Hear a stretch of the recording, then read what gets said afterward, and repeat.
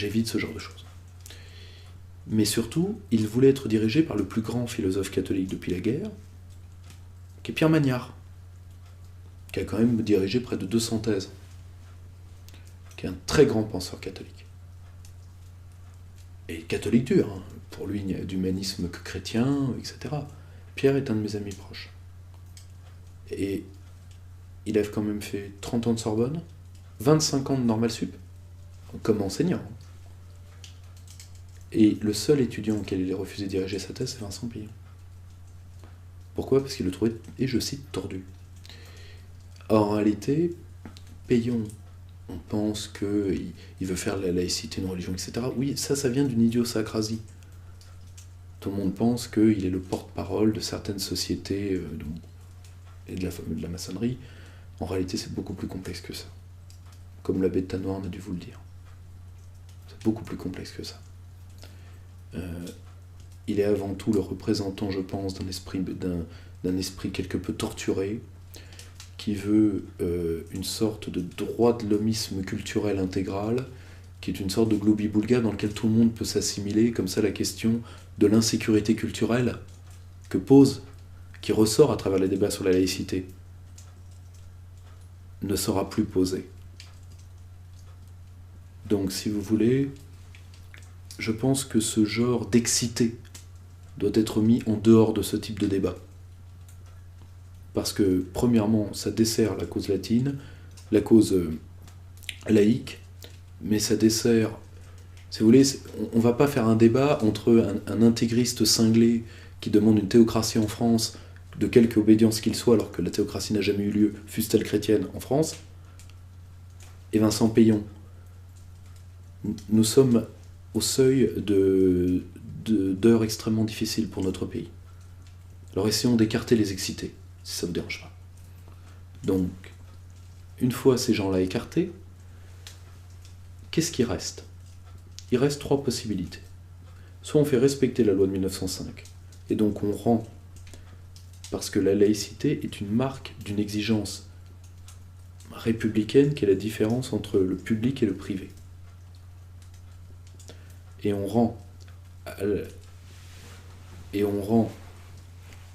à la religion sa sphère privée,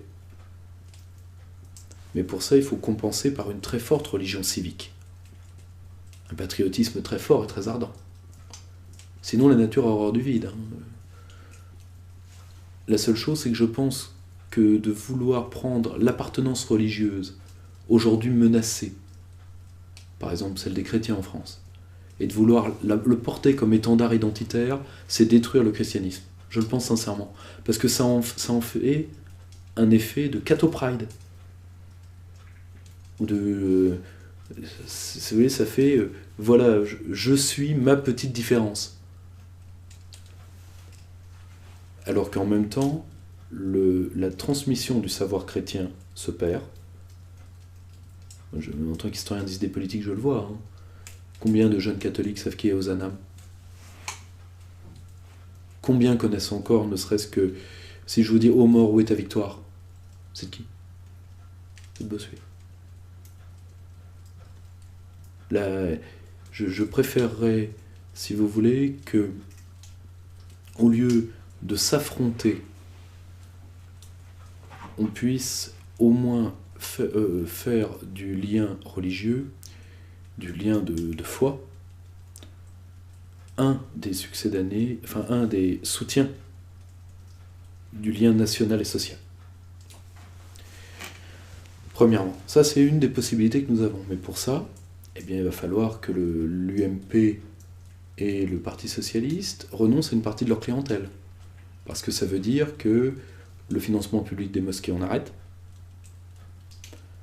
que la rue Mira, on ferme. C'est simple, hein.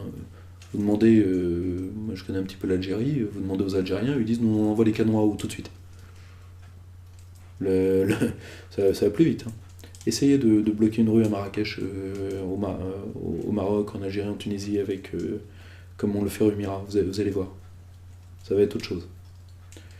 Donc si vous voulez, je comprends en plus, l'arrivée de l'islam effraie beaucoup de gens. Donc je comprends que la question de la laïcité soit reposée. Mais je pense qu'on la pose mal. Pourquoi ? Parce qu'il ne faut pas oublier que nous avons eu des guerres de religion en France.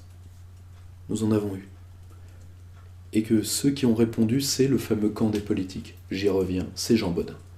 Et c'est pas par la laïcité qu'on a répondu en premier. C'est par la souveraineté. Or, par la puissance de l'État, par la souveraineté, nous pouvons briser les groupes, quels qu'ils soient, qui menacent, en leur nom ou au nom de puissances étrangères, le fait de vivre fraternellement en France. Or, ça c'est la première solution. Toutes les solutions seront portées par un surcroît de souveraineté. Mais soit on maintient la laïcité telle qu'elle est, on l'applique telle qu'elle est. Parce que là, elle n'est pas appliquée. Quand on me dit les constructions de mosquées, mais par contre on attaque les crèches, ça c'est pas la loi de 1905, ça. C'est les amis de M. Valls. Et les amis d'une bonne partie de l'UMP aussi, hein, qui se cachent, mais qui en pensent pas moins. Et une part de laïcs paumés, parce qu'il y a des, vous savez, il y a des causes, et il y a les paumés des causes. Hein, et il y a ceux qui reviennent des épopées napoléoniennes, qui reconnaissent plus rien, la colonel Chabert, etc. Vous avez des gens qui sont un peu les perdus d'une cause qui s'est en allée. Mais vous avez des paumés de la laïcité. C'est les laïcards bien cons, excusez-moi du terme, comme les deux là qui ont attaqué la crèche. Ils voient pas la différence entre cultuel et culturel. Alors, ils se défendent en disant « les racines de la France ne sont pas que chrétiennes ». C'est tout à fait vrai. Il y a l'âme celte, il y a le droit romain, il y a évidemment la Grèce, qui pour moi sont nos racines les plus profondes, plus que le christianisme auquel, vous le savez, je ne suis pas rattaché, comme à aucun des trois monothéismes d'ailleurs, mais c'est la religion de nos pères. Quand bien même, et ne serait-ce que par piété filiale, mais en tout cas c'est comme ça que je le prends, je respecte l'héritage chrétien. Donc touche pas à ma crèche. Point barre. Et d'ailleurs, tu t'attaques à une crèche. J'aimerais bien te voir t'attaquer à 2-3 autres trucs.